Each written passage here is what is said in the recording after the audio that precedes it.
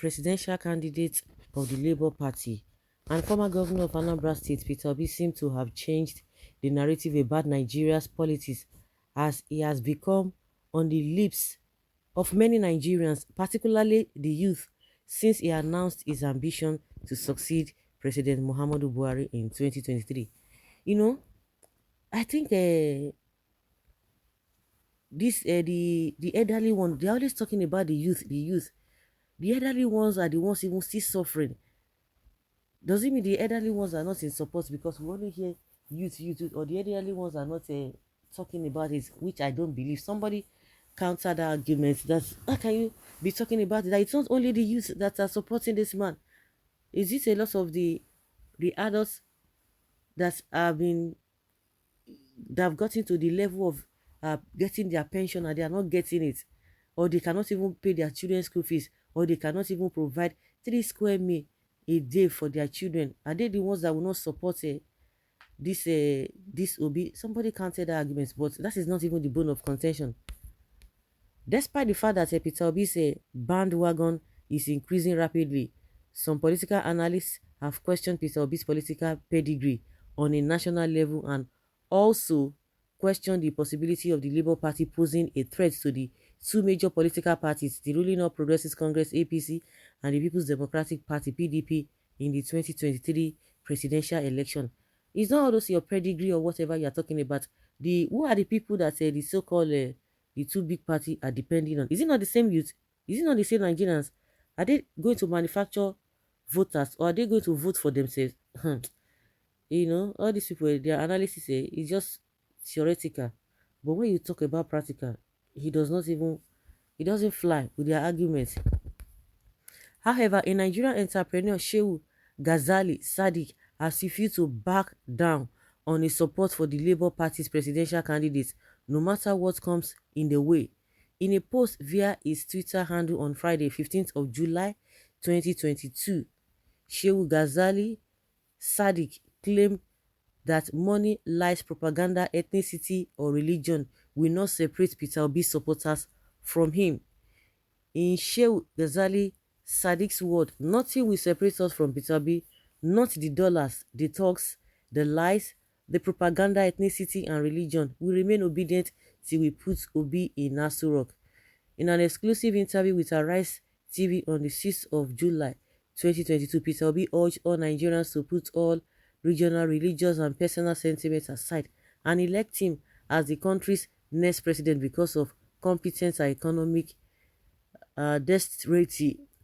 Peter Obi's plea came after some political elites, like the presidential candidates of the New Nigeria People's Party (NNPP), Rabiu Musa Kwankwaso, claimed that the Northerners would find it difficult to queue behind a presidential candidate of Southeast extraction in the 2023 presidential election. We know that he's not going, and he's not even ready for the presidency. He's just coming out to just make noise. I mean, Kwakwanso. Yeah, God will surely put Peter Obi in the Aso Rock. The God of impossibility will do his will in the name of Jesus. It is already written. Nothing will separate us with Peter Obi.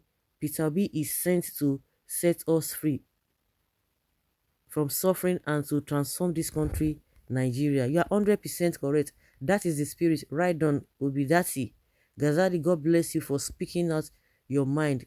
Come rain, come sunshine. I am an unemployed graduate, but no amount of money can make me change my mind from voting Obi. Even if you give me 10 million naira, I will not change my mind from voting Obi. If I fail to vote Obi, I won't even sleep because people's destiny are in that one vote. God is my witness. The entire middle belt is for Obi. Whenever a country is in a mess, God usually sent a man from the east. When there was hunger in Egypt, God sent Joseph from the east to contain the hunger. Job was a prosperous Easterner who impacted the land of the Uz. A vote for Obi is a vote for a new and one Nigeria. There is a limit to which a spell can work. The spell of Nigeria's political elite against the masses are expired. We can now see clearly up Labour Party 2023. Apart from sentiments, anywhere meaning Nigeria can look at the face and tell the sincerity and determination of Obi to lay the foundation of a prosperous and trustworthy country. I have not seen a politician that speaks from the heart like him. Not minding is from a less preferred tribe for presidency in Nigeria. He remained undaunted about doubts and challenges to prove a possible neutral man to tarnish every possible obstacle that resists not just better but habitable country. No doubt oppositions come with different places, even amongst his own tribe to stop him. Those that want to stop him are the arch enemies of the country. They manufacture lots of negative ideologies such as lies, accusations, tribalism, and so on as weapons so as to confuse even them that desire a genuine man that God will use to salvage this country. How I wish that we don't even mind the threats and give him this trial in just 4 years to know if we can continue with him. Just take a look at his running mates and see the enthusiasm, intelligence, level of determination, audacity, and so on. Nigerians, I have never encountered these men face to face, but their testimonies speak volume for them. Let us avail ourselves this opportunity for happy Nigeria by ensuring that our vote counts for them. Be obedient to you just have to be obedient. If you're not obedient, you will not hit the fruit of the land. We know they are waiting today in Osun State. They will share money. Pasa pasa. We are marching forward and we get there with Peter Obi. New Nigeria is possible. This is what I want to be hearing in the Nigeria's politics today. We are tired of the old narratives and antics. I have never indulged in politics, but with Obi, I have done my PVC. You see, that is what is really killing this APC and PDP. And this, all of you who are supporting Tinubu does not even have he doesn't even have manner, as old as he is. Go and listen to what he talks on those their rally. He does not even have manner. He does not have courtesy. He just talk like all this Agberu. Of course, talk like all this Alaye. Oh God. Oh my God. And that person, I want to represent people. Somebody who does not even know how to choose his words. They go, yeah, pansa.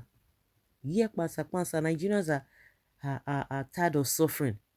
No. One man cannot be bigger than this. And if you get money now where they spend money for that he has enslaved you, you can continue and be talking about. As far as many Nigerians are concerned, it's not feeding anybody. If you know that it's feeding you, you can go. Tell me what Lagosians are getting. Tell me what they are gaining. No, they should tell you one thing.